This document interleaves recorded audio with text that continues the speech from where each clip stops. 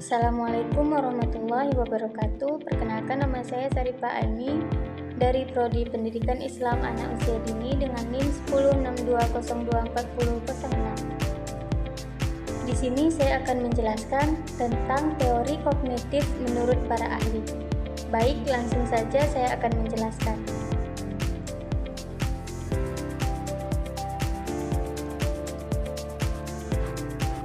Yang pertama, saya akan menjelaskan teori kognitif menurut Jean Piaget.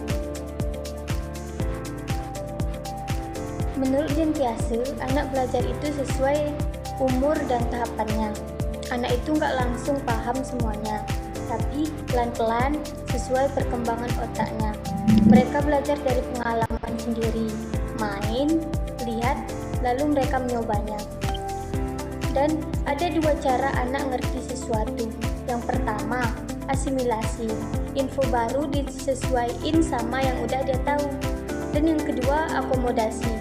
Kalau nggak cocok menurut mereka, pasti mereka mengubah cara mikirnya. Dan yang kedua, teori kognitif menurut Lev Vygotsky. Anak belajar itu butuh orang lain. Jadi, kalau sama anak-anak, belajar paling efektif kalau ada interaksi antara guru, teman, atau orang tua. Intinya orang lain lah. Dan ada yang namanya GVD, kemampuan yang bisa dicapai kalau dibantu. Dan bantuan itu namanya scaffolding, kayak dituntun dulu, biar anak paham. Dan yang ketiga, teori kognitif menurut Jerome S. Bruner. Menurut Jerome S. Bruner, anak belajar paling bagus kalau nemuin sendiri, yaitu disebut discovery learning.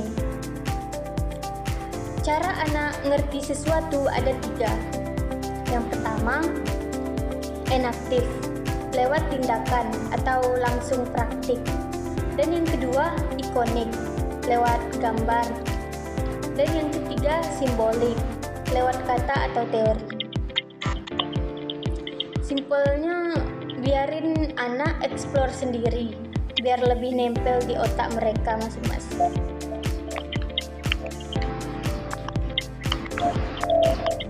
Yang keempat, teori kognitif menurut David Paul Ausubel. Menurut David Paul Ausubel, belajar itu harus nyambung sama yang udah kita tahu. Kalau belajar hal baru, kita kaitkan sama pengetahuan lama. Biar gak bingung mahasiswanya, biasanya dikasih pengantar dulu biar kebayang. Jadi belajarnya lebih bermakna, bukan cuma hafalan. Dan yang kelima, teori kognitif menurut Benjamin S. Bloom. Menurut Benjamin S. Bloom, cara berpikir itu ada tingkatannya, dari yang paling gampang sampai yang paling susah. Urutannya yang pertama, mengingat, memahami, menerapkan, menganalisis, mengevaluasi, dan mencipta. Mengingat ini cuma hafal, misalnya nyebutin definisi. Kalau memahami, udah ngerti, bisa jelasin pakai cara kita sendiri. Dan yang ketiga, menerapkan, bisa dipakai. Contohnya ngerjain soal, kita bisa menerapkannya di situ. Dan yang keempat, menganalisis, kita bisa bedain dan ngulik, lihat sebab akibatnya. Dan yang kelima, mengevaluasi, kita bisa menilai ini benar atau enggaknya, bagus atau enggak. Dan yang keenam, mencipta.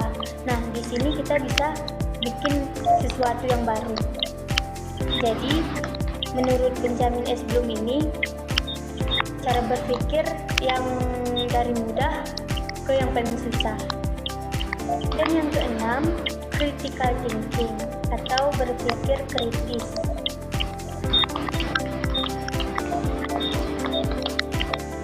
Berpikir kritis itu bukan cuma pintar, tapi lebih ke cara kita mikir dengan hati-hati dan gak asal percaya. Misalnya kita lagi nonton berita di HP atau dengar cerita dari teman. Kalau kita langsung percaya, itu belum kritis namanya. Kalau kita masih nanya, masih mikir, ini benar nggak sih? Sumbernya dari mana? Ada bukti nggak? Nah, itu baru berpikir kritis. Ciri-cirinya kayak kita nggak gampang percaya, suka nanya, ini benar atau enggak? Nyari bukti sebelum yakin, bisa bedain mana fakta, mana opini. Creative thinking atau berpikir kreatif. Kreatif itu bebas dan berani beda. Artinya, kita punya ide baru, nemuin ide baru, mikir di luar kebiasaan, gak cuma ikut cara orang lain. Ciri-cirinya banyak ide, berani beda, suka coba hal baru, gak takut salah. Contoh sehari-hari misalnya kita dikasih guru buat menggambar sesuatu. Nah, kita pakai warna yang unik, bikin desain beda, atau cara penyampaian yang lucu. Dan yang terakhir, metakognisi. Kita sadar cara kita mikir dan belajar. Kita tahu apa yang kita ngerti dan belum ngerti. Cara belajar yang cocok buat kita, bisa ngecek diri sendiri, kayak aku udah paham belum ya? Contohnya pas belajar nih, kita sadar, kita mikir kayak aku lebih paham kalau nonton video deh daripada baca. Nah, itu termasuk metakognisi. Jadi, ngatur dan ngerti cara kita belajar sendiri. Baik, mungkin ini saja yang dapat saya jelaskan. Lebih dan kurang saya mohon maaf. Saya akhiri. Wassalamualaikum warahmatullahi wabarakatuh.